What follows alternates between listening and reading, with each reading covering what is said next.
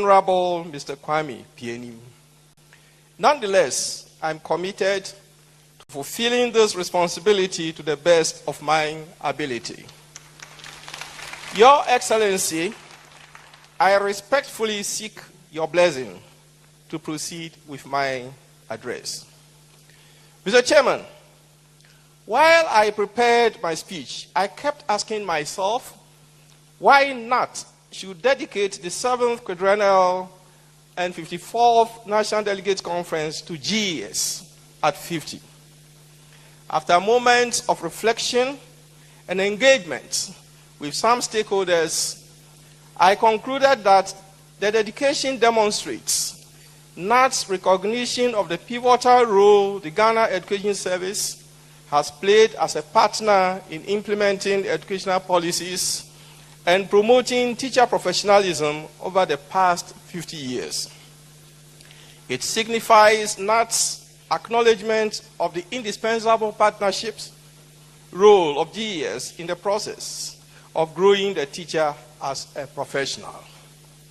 To simplify my conclusion, I generated a mathematical equation. E plus S equals A, where E represents efficient GES operations, S represents strong collaboration with NAT's professional welfare activities, and A represents the assurance of a professionally dedicated teacher in the classroom. Thus, without an efficient GES strongly linked to a committed working partnership with teacher unions, in this case NAT, the teacher's motivation and professional commitment level in the classroom will suffer. Professor Chair, as we celebrate the 50th milestone of the Ghana Education Service, therefore, let us think through how our education has shaped and continues to shape the trajectory of our national development. Let's also interrogate the very structures, systems, and philosophies that have guided the GES through the half-century of existence. Historically, successive governments have, in various forms and through varied levels of investment, affirmed education as a fulcrum for national reconstruction, character formation, and socioeconomic emancipation. Choose from thousands of and I strongly believe that it is the prospects change the way you record podcasts, voiceovers, and branded content with the #1 AI-powered voice-generating technology. Stop searching for the perfect voice and stop wasting time re-recording take after take. Try 11 Labs for free and start elevating your content today. Leveraging on this black man capability principle, President Nkrumah's educational policy sought to answer one question: what new thing can we introduce in education to ensure that a graduate thinks as a Ghanaian, works in the interest of Ghana, and places Ghana first in his or her relations with the West? I think this question is still very relevant today as we reflect on education within the context of development. From the Accelerated Development Plan of 1951 through the Education Act of 1961, the 1966 Kwapong Committee's recommendation, which sought to restructure the educational system, emphasizing quality and relevance to the country's economic growth, the 1970 Alote-Konua's Education Review Committee's initiative towards the replacement of GCE, O, and A levels with a junior and senior secondary school concept, with policy emphasis on decentralization of our educational system. The 1974 Jobo Committee's new structure and content of education, which consolidated the JSS-SSS concept with emphasis on domesticated practical component of our educational system, characterized by school farms and gardens under the government's Operation Feed Yourself flagship policy, the 1987 Evans Anfum Education Commission report on basic and secondary education, which operationalized the Alote Korea and Jobo Committee's JSS program, the 2008 Anamwa Mensa Committee's report, which led to the renaming of the junior secondary school as junior high school and senior secondary school as senior high school, and the integration of kindergarten into the basic education structure. The NDC government's 2014 implementation of a progressively free SHS education under a World Bank-sponsored secondary education improvement program, the NPP government's 2017 introduction of a wholesale free SHS program characterized by a double-track system, and the 2025 Odro Committee's report leading to government's prioritization of foundational learning and dedicated funding source for SHS within the context of digital-driven quality teaching and learning. It is clear that as a country, we have since independence positioned school education as the main vehicle for modernization and development. Indeed, a nation's greatness is measured not merely by its mineral wealth, but by the quality of its educated populace. It is equally true that our educational journey has not been linear. The no structure, both physical and digital, insufficient teaching personnel, particularly qualified teachers in science, mathematics, and Ghanaian language subjects, and limited access to teaching and learning materials.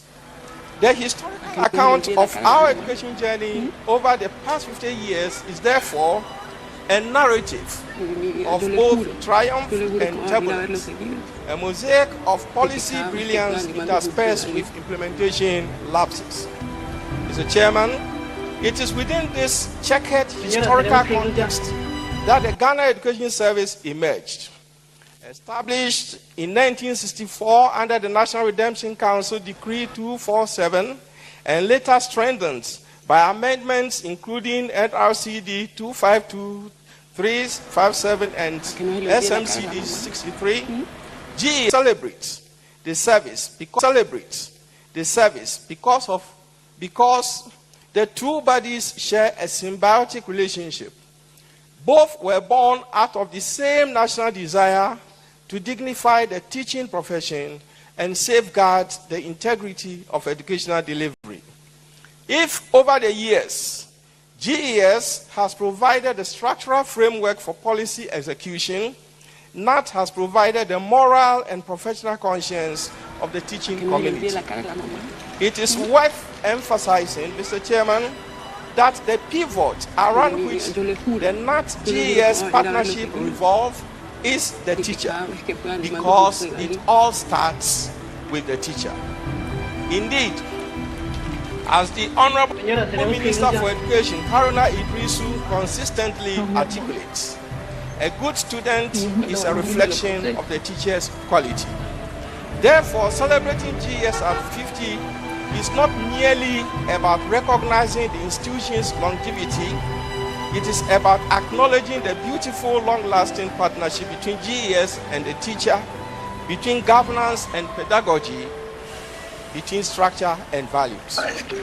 Mr. Chairman, distinguished delegates, while celebration is an essential aspect of institutional maturity, it will be incomplete to commemorate 50 years of GES survival without acknowledging the shadows that have attempted to dim its light.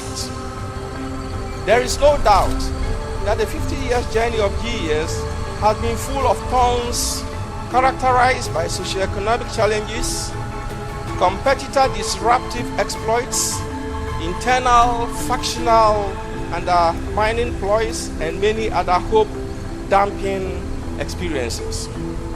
One major challenge that emerged from stakeholder engagements prior to 2024 elections and during the 2025 National Education Forum, as well as evidence from the Institute for Education Studies, IFEST, and Africa Education Watch, relates to micromanagement and interference from the Ministry of Education.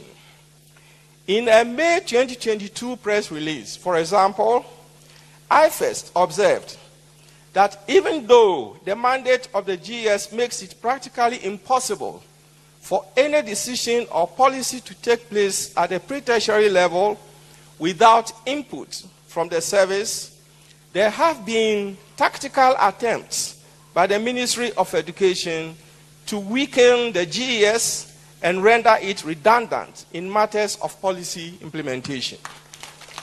The Institute cited implementation decisions relating to the mode of conducting the national standard test, strategies for addressing the erratic school calendar, recruiting heads for newly completed STEM schools, and Gallup teacher training programs as examples of activities where the ministry juggled the role of policy formulation and implementation by sidelining or compelling GES to act after the ministry had carried out implementation. I am sure you recall the Gallup brouhaha between the then Minister for Education, Dr. Yao Oseduchum, and the Director of GES, Professor Opoku Amankwa. Correspondence evidence from the World Bank, the GES, and press statements from the ministry suggest strongly that the GES, which is mandated to undertake such teacher training exercises, was sidelined in the entire process. To IFEST, that Gallup controversy exemplifies the extent to which the Ministry of Education was gradually taking over mandated tasks of GES. Unchecked, Mr. Chairman, this role juggling and role sidelining trend of the Ministry of Education would end up making the GES a ceremonial policy implementation agency and undermine its professional role in partnering teacher unions towards enhancing quality teaching and learning. In this light, Your Excellency, I highly commend the Honorable Minister Haruna Idrisu for the relentless efforts he's making to reverse the GES road sidelining trend, particularly regarding free SHS implementation decisions. Mr. Chairman, related to the road juggling and road sidelining challenge is the more worrying and gradually entrenching culture of partisan influence on staff transfers and appointments, which undermines merit-indexed human resource management, particularly at the regional directorate levels. This partisan trend, in my view, escalated between 2017 and 2024, culminating in the appointment of a banking professional without an education background as Director General of the GES. There is no doubt that this unprecedented decision was a significant setback for teacher professionalism. It is gratifying, though, that His Excellency John Dramani Mahame's government, through my hard-working Minister for Education, Haruna Idrisu, has reversed the trend by appointing a professional mathematics educator as Director General. Another challenge which emerged as a major concern for stakeholders at the 2025 National Stakeholder Forum is the re-centralization of teacher recruitment. Reversal to a decentralized teacher recruitment model managed by district directorates under an efficient centralized monitoring system was highly recommended. Decentralizing teacher recruitment, according to the stakeholders, will boost equity, accountability, efficient teacher utilization, and teacher retention, particularly in rural contexts. Attempts by government to decentralize teacher recruitment for efficiency and local relevance has, however, generated debates, with critics arguing that a decentralized recruitment model could entrench corruption at the district directorate level.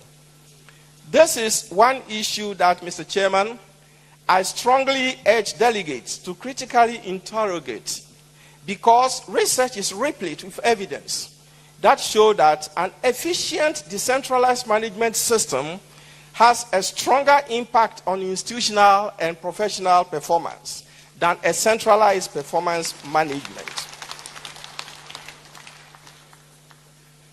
If the fear of entrenched corrupt practices is the only reason for shooting down decentralized recruitment of teachers, then, Mr. Chairman, I argue strongly that decentralized corrupt practice is far better than centralized corrupt practice, because with efficient control mechanisms, decentralized corruption can be controlled. Lastly, Mr. Chairman, I wish to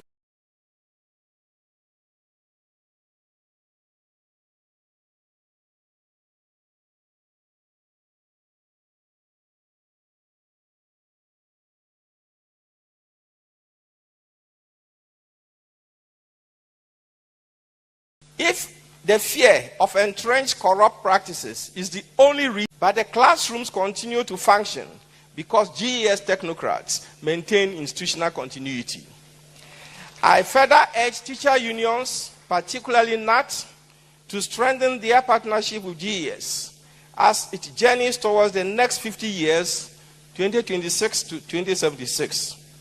While disagreements are inevitable, the service provides the official interface through which teachers' concerns are addressed and welfare policies negotiated.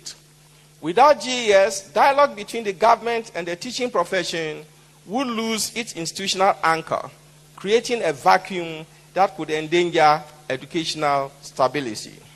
In conclusion, let us remember that institutions, no matter how strong, are only as strong as the vision and integrity of the people who lead them. The survival of GES into the next half-century will therefore depend on whether we, as educators, administrators, policymakers, and citizens, choose resilience over complacency and innovation over inertia. Let this conference not end as another ceremonial gathering of well-crafted speeches and polite applause. Let it mark the beginning of a renaissance in Ghanaian education, a collective awakening that positions GES as a catalyst for national development, not as the conscience of the profession, and the teacher as the cornerstone of value-driven education. For in the classroom lies the future of our republic. May God bless our teachers, our schools, and our beloved Ghana. Thank you and congratulations.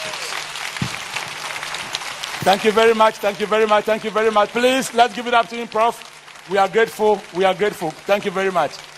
Please, let's take our seats. We are moving very fast. Before the President of the Nation speaks, we want the TUC to speak for organized labor. 2 minutes and we are done. Papa, let's welcome the Chobwe man. Let's welcome the Chobwe man. Uncle Joshua. Comrade Joshua is here. Please, let's clap for him. Thank you very much. Honorable.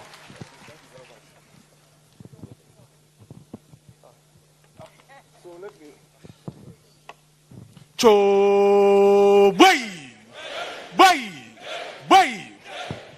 Thank you very much. I've been cautioned that I shouldn't speak for more than 1 minute. So, Mr. President, Brother Chairman, permit me to stand on the existing protocol. I'm here on behalf of all Ghanaian workers. And on their behalf and my own behalf, I wish to congratulate NAT for this very important occasion. From our chair, he said, teachers today, and I know they will do it.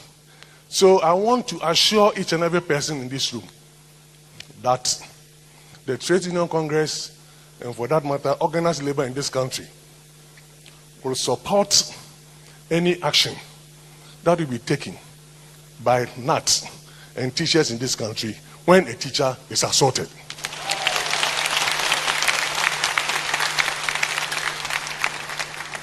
I repeat, the Trade Union Congress of Ghana and workers of this country and organized labor will support and solidarize with NAT if any teacher is assaulted in this country. And I want to end my speech or my remark by saying, giving you a quote, which says that, "Seek ye the welfare of teachers first, and all other things shall be added unto you." So, way! Now we welcome the General Secretary of NAT. Mr.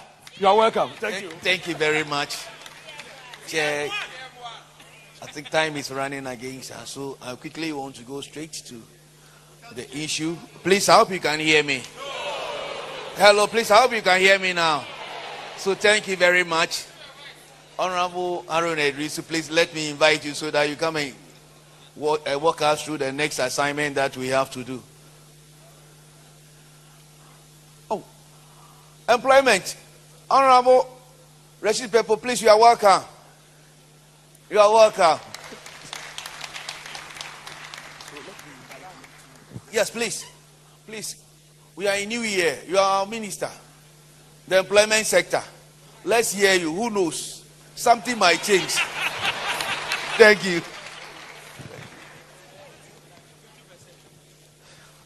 Thank you very much.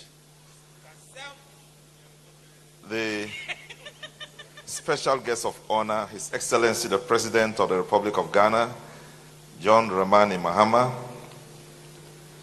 colleague, Honorable Minister for Education, very distinguished minister. Let me just recognize everybody present here and the existing protocol and say it is a great honor and a pleasure to grace this very important occasion, which is the 7th quadrennial and 54th National Congress of the Ghana National Association of Teachers.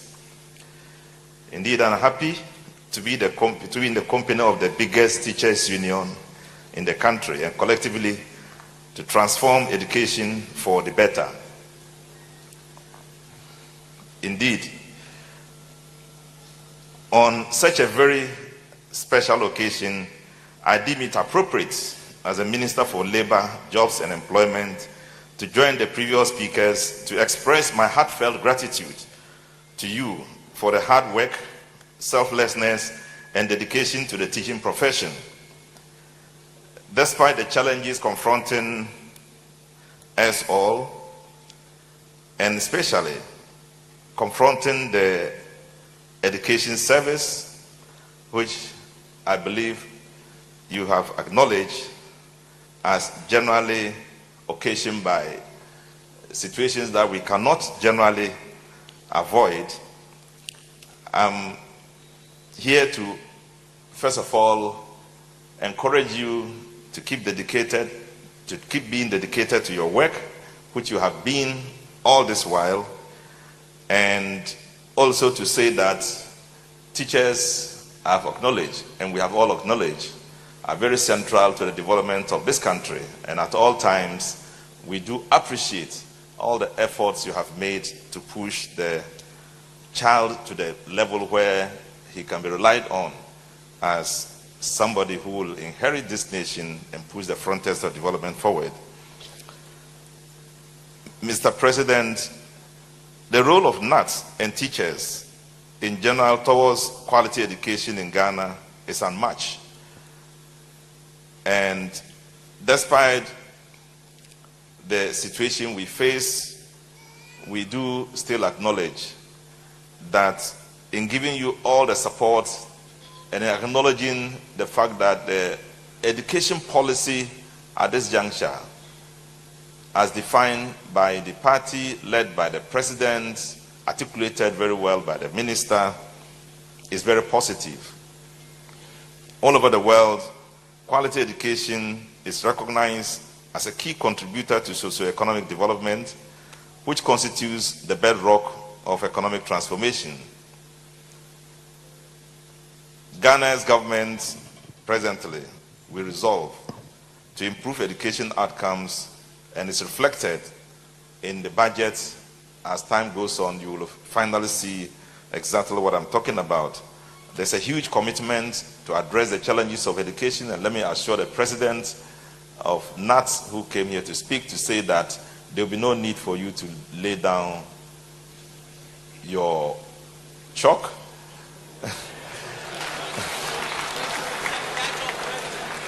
There will be huge commitment to supporting you. You have a listening government and you have listening ministers.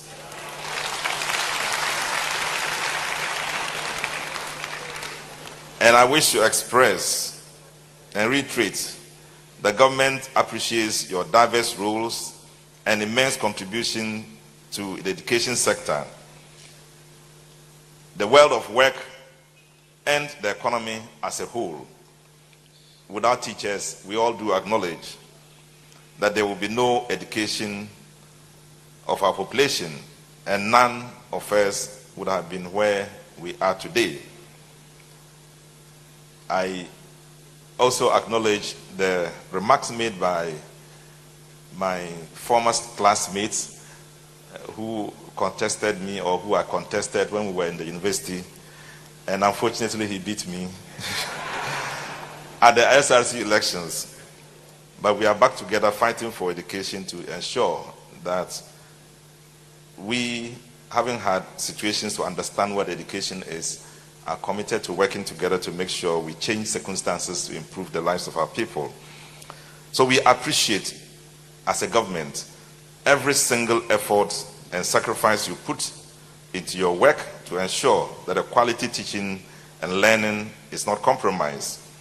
On occasions like this, we can only encourage you to continue to deliver the best for the country as we work collectively to transform education for our common and collective good. Mr. President, thank you very much for being part of this very important meeting, and I thank you all for your attention. Thank you.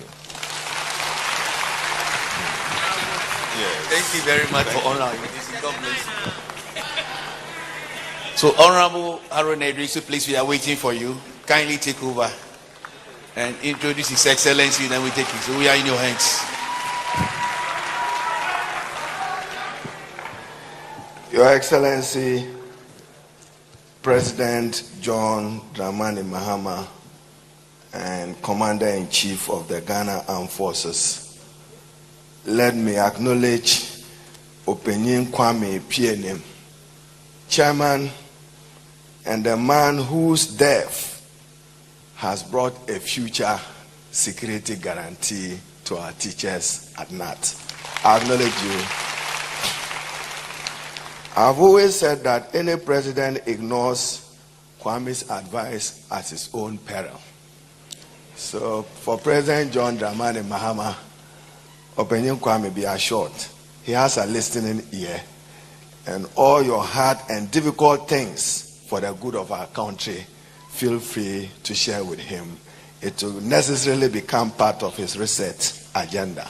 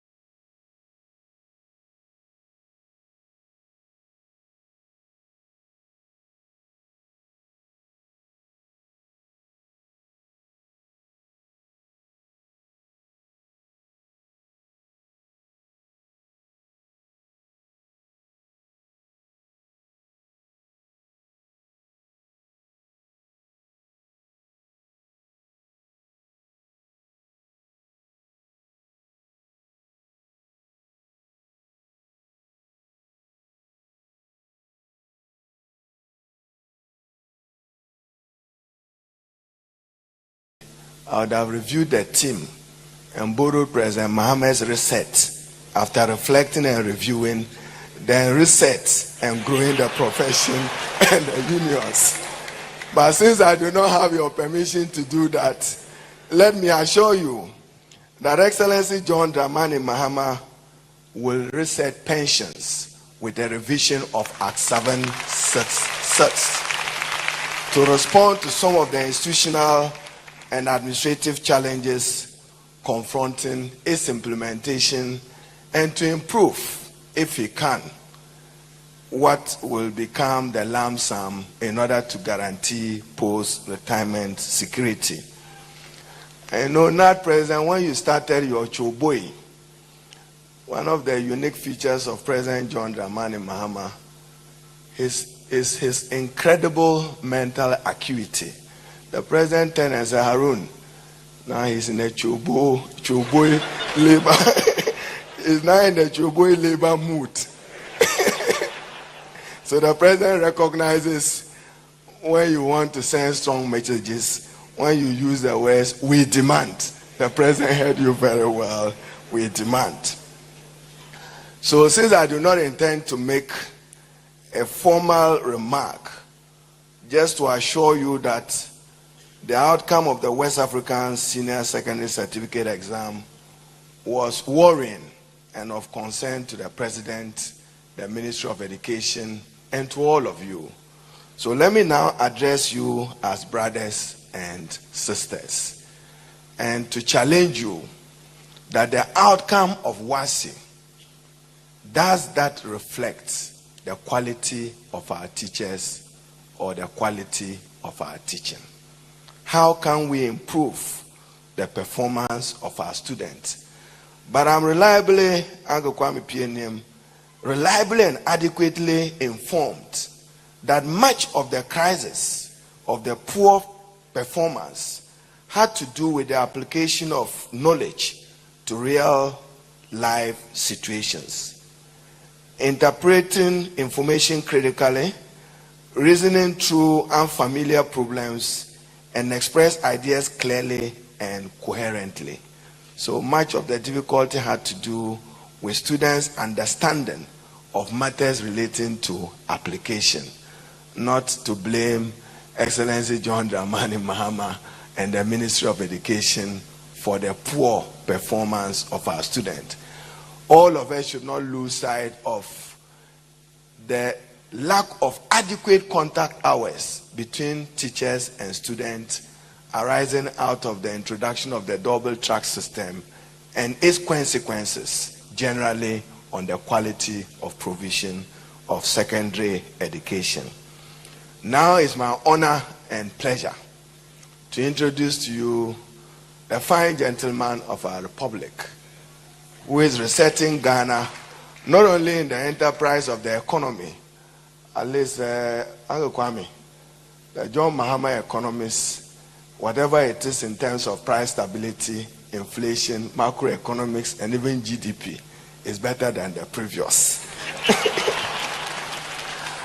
On that note, I have the singular honor and privilege to introduce to you the President of the Republic, President John Dramani Mahama, to address NAT 50th Quadrennial Congress. I thank you all.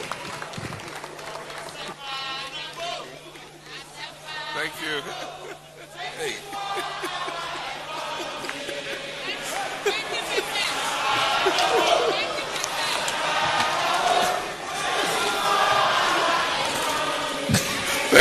Thank you.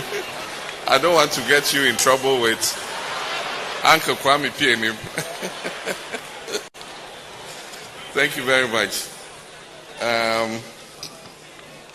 Let me thank our elder statesman and chairman of this occasion for the motivational speech that he gave us at the beginning of this event, and to acknowledge the Minister of Education and the Deputy Minister, also the Minister for Labor, Jobs and Employment, and our keynote speaker, Professor Katie Odro, who's the technical advisor to the Minister, to to also acknowledge Professor Frimpong Boateng, former Minister of State and renowned cardiothoracic specialist, National President and Executives of NAT, Executive of TUC, my comrade Joshua and his team, delegates and members of NAT, stakeholders from the education sector, our friends from the media, and the invited guests.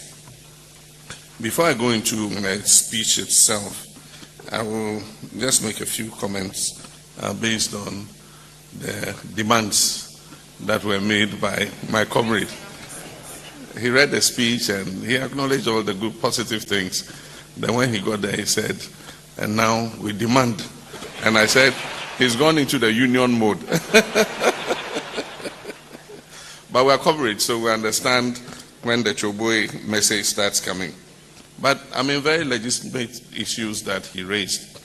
I remember that a single spine was introduced by the President Kufuor government. Negotiations had taken place, and it had not been concluded when Professor Mills won, and I came in as vice president. And just before the Kufuor administration left office, they threw a lump sum increment and dumped the single spine on us.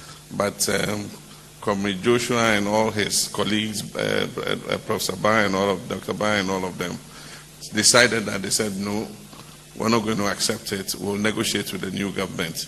And so it took quite a while for the negotiations to take place. But eventually, we managed to get a spine that was working. It was not exactly straight, a bit crooked, but at least everybody got something, you know. And so we started paying the arrears and all that, and we managed to get through all that before we left office in 2016. Since then, a few things have happened. The spine is very crooked now, and everybody is unhappy. Everybody is unhappy with the spine. And so, of course, TUC raised it with us and asked if we could look at the whole salary structure again. And I can say that we're very willing to do that so that we're able to remunerate people better so that they can give off their best in terms of what we ask them to do. President also raised the issue of dedicated funding for basic education. I think it's very important. Currently, we have earmarked funding in the GET fund for senior high school. And so it looks like senior high school it has funding available and ready whenever it's needed. Unfortunately, basic is not the same. Capitation grant has been in arrears for several quarters. And so teaching and learning at the basic level is suffering. And it is exactly at that level that critical learning takes place, at least in literacy, numeracy, and critical thinking. And that prepares the child for, you know, subsequent education in secondary and tertiary. And so if we miss that stage, the children come out of the BECE, and when they come into secondary school and other tertiary education institutions, the material is just impossible to work with, you know, because the basic understanding has been missed at the basic level. And so it's something that we need to think through together. Later in my speech, I'll address a few things about foundational learning. And so we need to look at that critically again. A few years ago, we did a new pension reform. Everybody was happy, tier 2, tier 3. It looks like the time has come for us to look at it again. And so again, TUC, as the leader of organized labor, raised it with us. And I told Comrade Joshua and his team that we're prepared to put together a working team to look at the whole pension reform and come up with some suggestions and see how we can improve it so that everybody is happy and feels secure going into retirement. And a safe and secure work environment is a must. Indeed, I saw that video of I think it was a maths teacher being beaten because when he was invigilating, he refused to allow our children to cheat. And they had a sense of entitlement. And so why did you not allow us to cheat? And the unfortunate thing is that the matter went to the police station, and the parents of the students went to the police, and they said they settled the matter amicably. I mean, how is that? This is assault, it's criminal, you know. But when we inquired, the police also said, I think the teacher was compensated, so he didn't want to press charges anymore. But I said, at least the children should have been booked, they should have been taken through the legal process, and at least, if nothing at all, they should have been bonded to be of good behavior for a period of time. And then we'll believe that justice has been done. But just for parents to come and, you know, pay a little compensation, it will encourage others to do the same. You know, and so as for assaults on teachers, I am with you 100%. We will deal with it. And so it's a singular honor for me to address this distinguished gathering at the 54th National Delegate Conference of the Ghana National Association of Teachers, convened under the timely and forward-looking theme, Education and Development, the GAS at 50, reflecting, reviewing, revising, and growing the profession and the unions. This theme is both historic and strategic because it invites us to reflect on 5 decades of service by the Ghana Education Service, while challenging us to review what has worked and revise what must change, and boldly grow the teaching profession and organized labor to respond to the demands of a rapidly evolving world. Education has always been the most reliable engine of national development.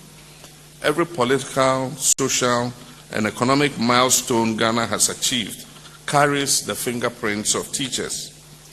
Behind every doctor, every engineer, every entrepreneur, public servant, president, like myself, stands a teacher who believed, guided, corrected, and inspired us to be who we are. Indeed, a good student is the function of a good teacher. And that is why this government places teacher welfare, professionalism, and dignity at the center of our national education strategy. This commitment is not rhetorical, it is deliberate, and we'll budget for it. In the 2025 budget, the government paid millions of cedis in teacher training allowances. We restored promotion eligibility up to the rank of director and placed over 30,000 diploma teachers who upgraded to degree status onto the appropriate salary scale. In addition, we are developing the modalities for implementing the 20% base pay incentive for teachers who work in deprived and hard-to-reach areas. Ladies and gentlemen, these are not acts of charity. They are strategic investments in quality education and national transformation. Teachers, through their unions, have also demonstrated foresight and responsibility. Today, the Ghana National Association of Teachers is recognized as the most progressive and forward-thinking trade unions in Ghana.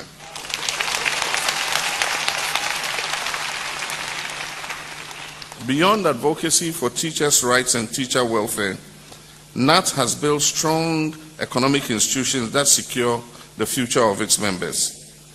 The Teachers Fund is widely recognized as one of the best managed workers' funds in the country.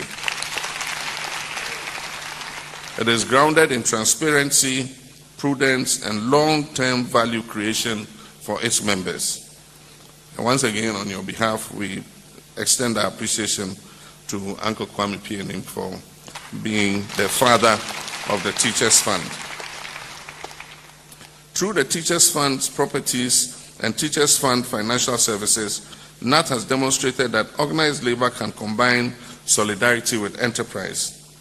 Most notably, NAT's strategic investment in Aviance Ghana, a major ground handling service provider at our international airport, shows that unions can be active players in strategic sectors of the national economy.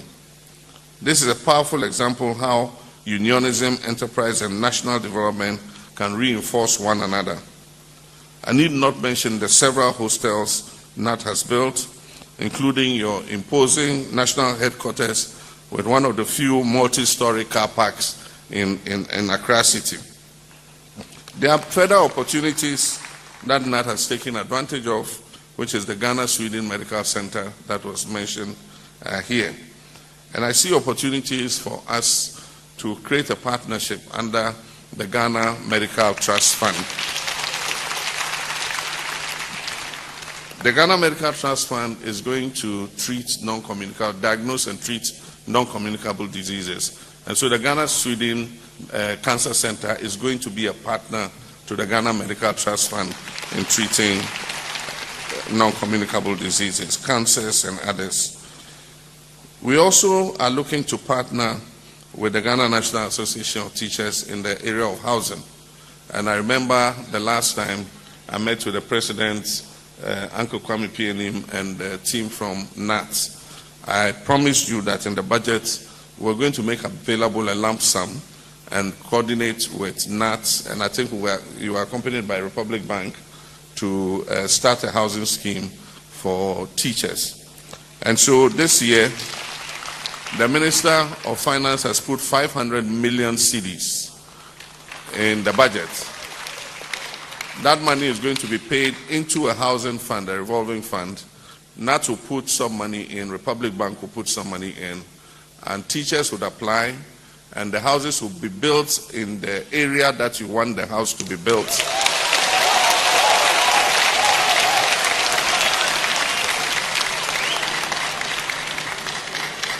And if by coincidence the house is in your area of posting, then the money you would have paid as rent to some landlord will go to paying the cost of your own house, so that when you retire, you won't go to your grandfather's house and say, this was my grandmother's room, and go fighting with your relatives.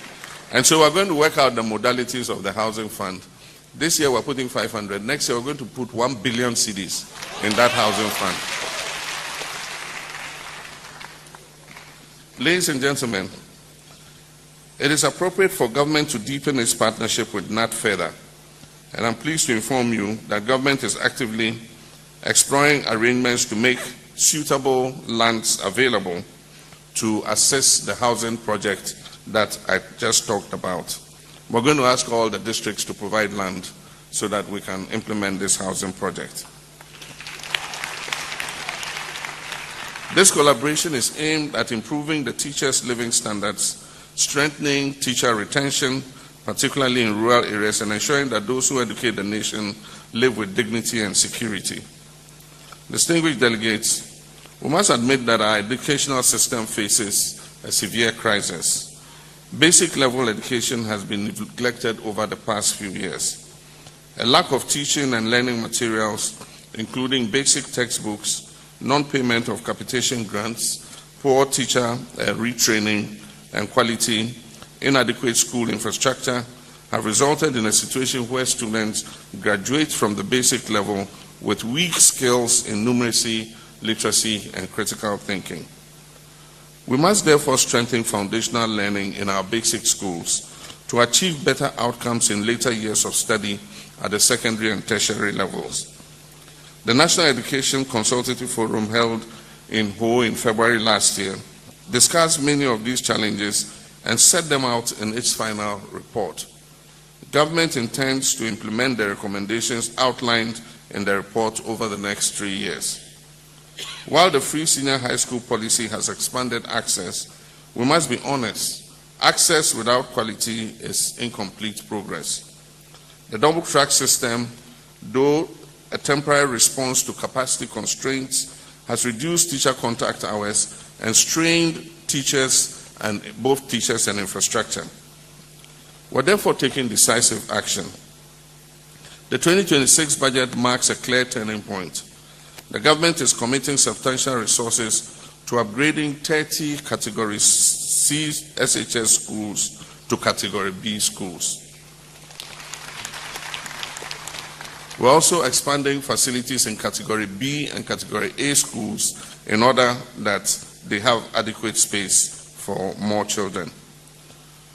We're also completing 30 abandoned E-blocks all over the country to increase capacity in secondary schools, including building new community day schools, E-blocks, in high-density population areas so that students can live at home and easily get to school. These will be high-quality schools But the students, because they are in the urban population, do not need to go and stay on campus. They can commute to school every day, and they'll still get their one hot meal in the afternoon.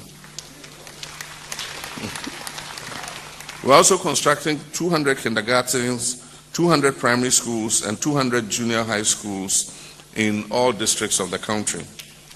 This is from the government of Ghana budget. There's also a budget that the district assemblies have, and they are supposed to build 2 senior high schools, 2 basic schools every year, including kindergartens. And so this is from the Ministry of Education budget, but there's also a budget for the district assembly's common fund. And then under the teacher Dabre, we are building 400 4-unit teacher bungalows nationwide. This is a start. And these are going to be built especially in the rural areas, so that teachers who are posted in the rural areas at least can find a place to lay their heads. This is just a beginning. We're going to increase the numbers over the next few years so that every teacher can get a place to stay and give off their best in their schools. In addition, millions of curriculum-based textbooks are going to be distributed, and schools and educational directorates will receive buses, pickup trucks, and administrative vehicles. Indeed, the procurement of the vehicles is beginning. There are 200 buses for secondary schools and other schools, and then pickups for headmasters and the administrations to be able to carry out their duties. This will strengthen teaching, supervision, and accountability. In addition, we're procuring 2 million steel dual desks. We want to permanently end the pitiful sight of children sitting on stones or lying on their stomachs to read or write, especially in rural schools. And we estimate that about 2 million steel dual desks will make sure that every Ghanaian child in every school will have a desk to be able to sit on in dignity and write or read. In 2025 alone, the free SHS program received 3.5 billion Ghana cedis under the GET fund. This has been the highest allocation since its inception, and this has strengthened logistics, feeding, and learning conditions in our secondary schools. I'm pleased to announce that about 100 double-track schools have already reverted to single track. And the government remains firmly committed to abolishing the double-track system entirely through a focused 2-year intervention, which we call the Ghana Secondary Learning Improvement Project, GSLIP. This project will improve access and quality and restore full-time schooling for all students. And so this year and next year are the implementation years. And by the time we finish implementation, there will be no secondary school implementing double track in this country. We've all been shocked by the poor outcome of the last WASI. There has been a culture of silence surrounding the widespread cheating in our exam halls across the country. Heads of schools who are required to provide a performance bond to achieve a 100% pass rate have either looked on or turned a blind eye to examination malpractices. All this has been done to embellish the performance of certain batches of SHS graduates to make some people look good. Well, the chickens have come home to roost. This shows that choosing expediency over effectiveness can only be a temporary veneer and will eventually be exposed. Cheating in exams is corruption, and it is sad to encourage our children to be corrupt at such an early stage in their lives. Ethical integrity is key to their future.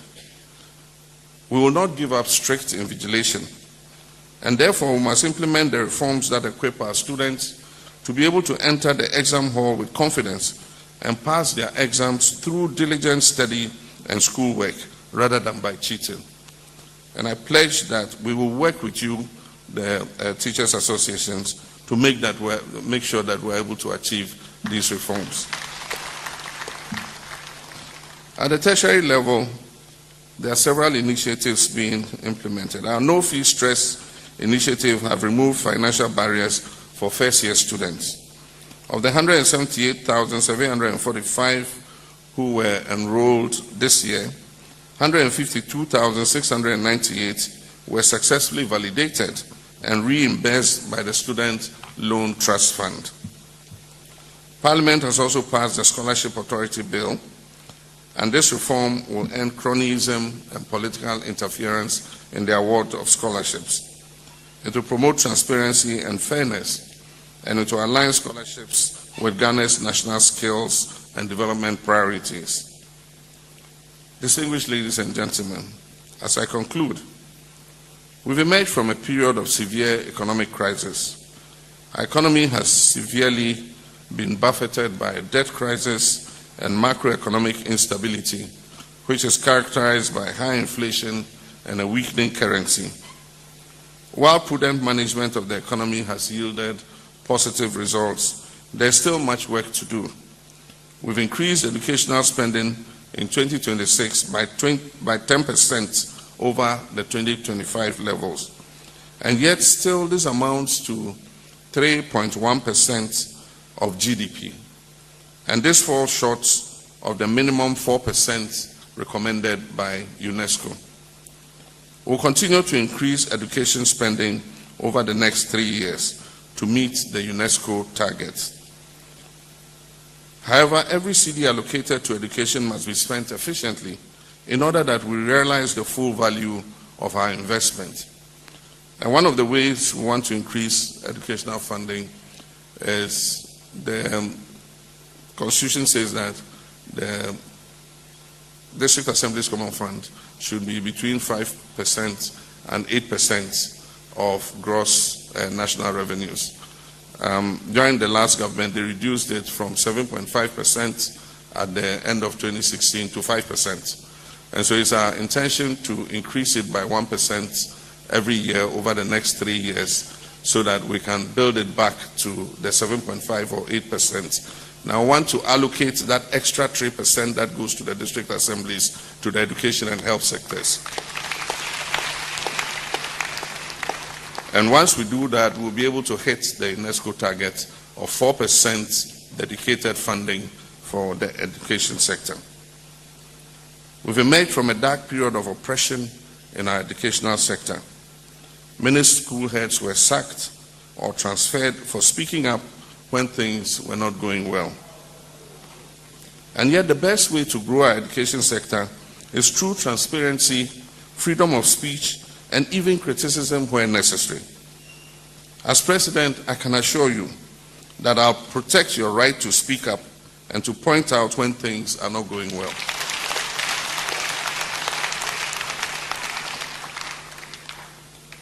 My comrades and friends, as we mark 50 years of the Ghana Education Service, let us recommit to a renewed partnership between government, teachers, and organized labor. The future of education in Ghana will not be built on budgets alone, but on trust, dialogue, professionalism, and shared responsibility. I wish the Ghana National Association of Teachers a successful conference and look forward to the resolutions that will shape the next chapter of our education delivery, teacher professionalism, and unionism in our country. God bless Ghana's teachers, and God bless our homeland, Ghana. I thank you. Round of applause for our President, for the President of the Republic of Ghana.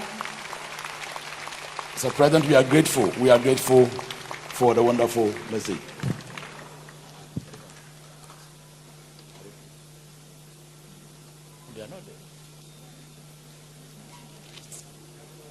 National anthem.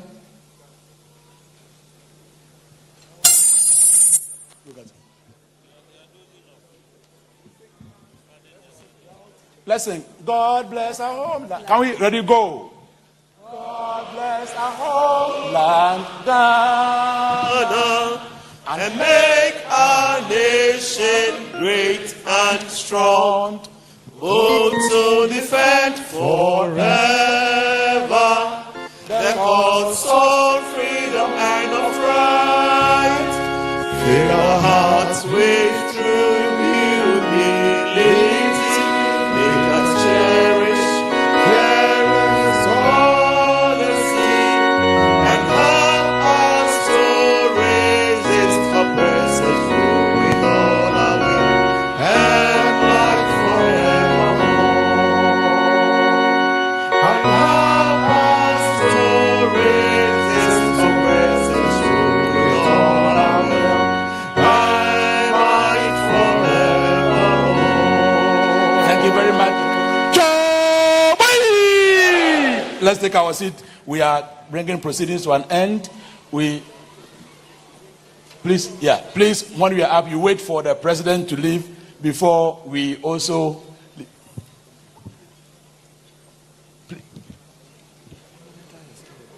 Yeah.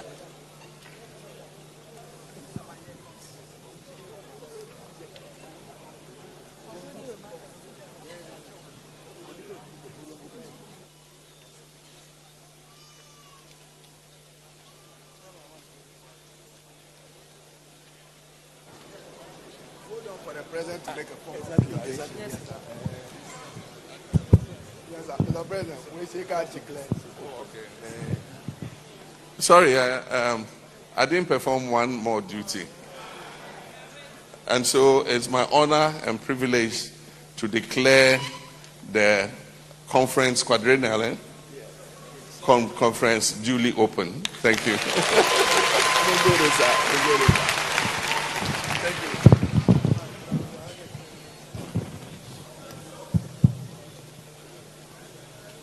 Thank you very much. My concluding remarks will be very short. I think the president didn't want me to counter all his propaganda.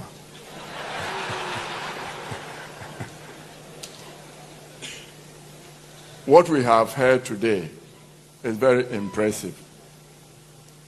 And as they say in my village, umpewe na pedie.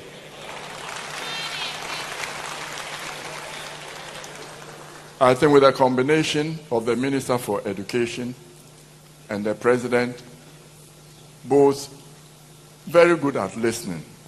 When I say that, I get into trouble with my people. There are three things I wanted to bring to His Excellency's attention. As I said, if you climb a good tree, then you need a helping hand. The first is the cancer treatment center that we are building. When Ghanaians took over the land, immediately the developers and the land grabbers moved in to try to take over the land. The land originally acquired took into consideration the fact that with cancer treatment, some of them is radioactive, and therefore the walls are very thick to prevent leaking, any radioactive leaking into the community. And people are developing housing very too close. So one of the support we want from Your Excellency's government is to please encourage the Minister for Lands, the Greater Accra Lands Commission, and the Environmental Protection Authority to make sure that they secure the place for us, so that we are here to cure cancer, not to cause it.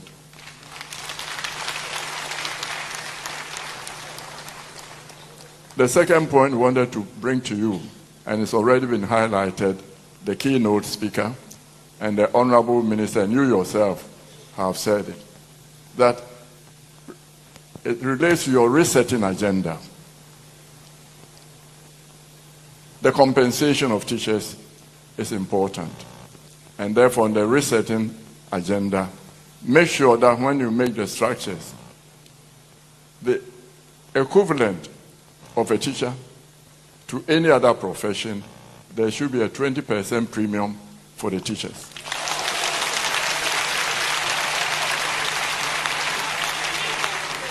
This is the only way to attract the best brains of the country into the teaching field.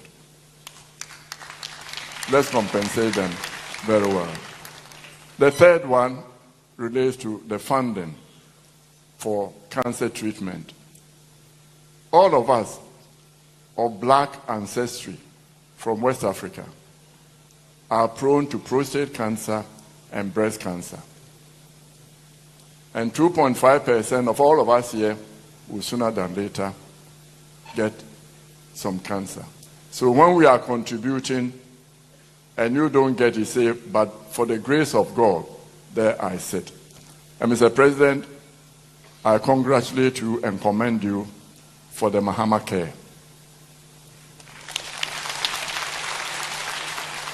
It is supposed to provide funding for the very poor, for whom sickness may be devastating and destroying the family. Our plea is that we would like to collaborate with the Mahama Care.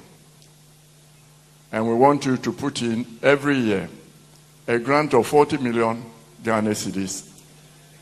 And customers, patients from the Mahama Care will get free diagnostic services, not only for cancer, for cardiothoracic, and for kidney diseases. That's a quick procedure.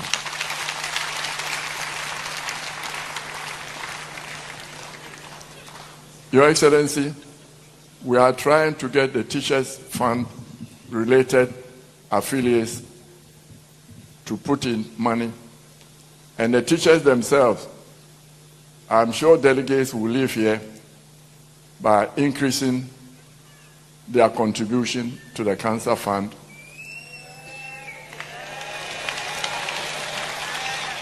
From 5 cedis a month for 5 people, that is 1 cedi per family member, to 30, which will be 6 cedis per family member. I wanted more, but the General Secretary said, no, it's fine. So we'll be putting in this money and then grow it for the next 5 years, do the satellite ones, and then hopefully it becomes commercially viable and be able to go on its own steam. And as part of the funding for the Cancer Center, Mr. President, we are going to institute on every Teachers' Day a national lottery. And the national lottery will have 3 prizes: 4-bedroom, 3-bedroom, 2-bedroom.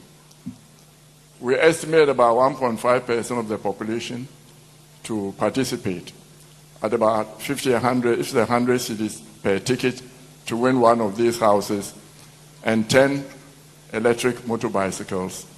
Then we generate about 90 million, and we can use 20 million for prizes, and the balance will go to support the Teachers Fund. We are working closely with Professor Kwabena Frimpong Boateng and actuarial scientists to make sure that a mutual fund is set up for the health and safety of the teachers. As you know, communicable diseases start from the schools, especially the young ones. They go to school and bring it back.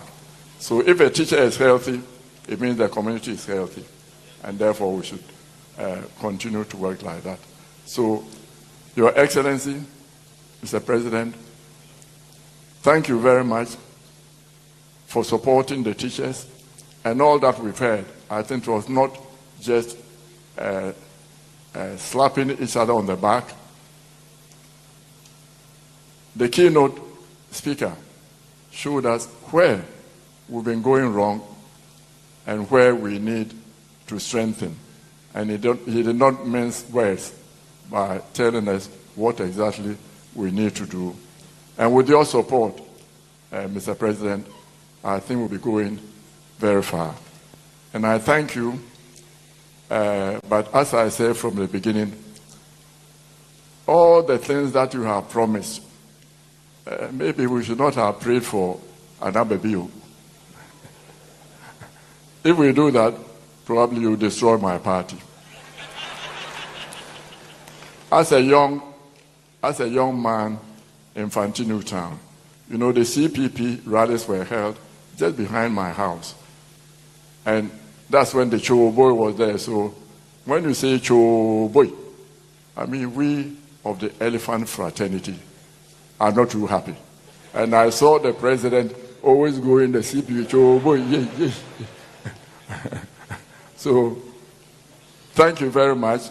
And teachers, delegates, please support your members. There's only one thing that I wanted to add, but I was being advised, please don't do that. Mr. President, we congratulate you for your appointment as the AU chair for reparation. I also understand you are tapped to be the next OAU president. And one of the things I wanted to appeal to the teachers, pre-tertiary education, there is no reason for there not to be one union speaking with one voice for all teachers. And I'm appealing to you, Mr. President, to task your very able Minister for Education to give you a quarterly briefing at what is happening, so that by the time we end 2026, we'll have one strong union speaking for pre-tertiary education. If we do this to support you, then you can unite Africa. Thank you for the honor. Thank you very much. Let's clap for Papa Pianim. We thank the President of the Republic. Please, photographs.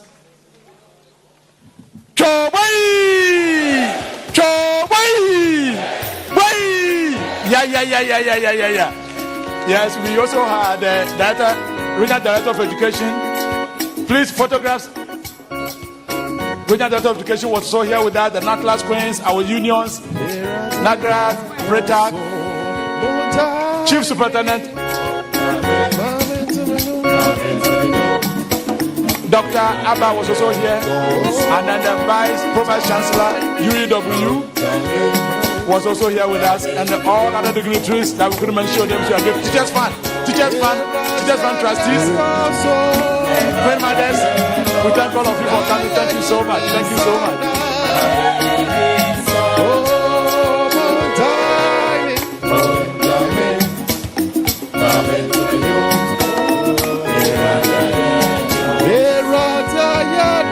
Thank you very much. Thank you very much.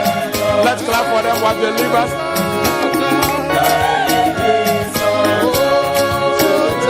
NAGAD President, Mr. Kagonu is here.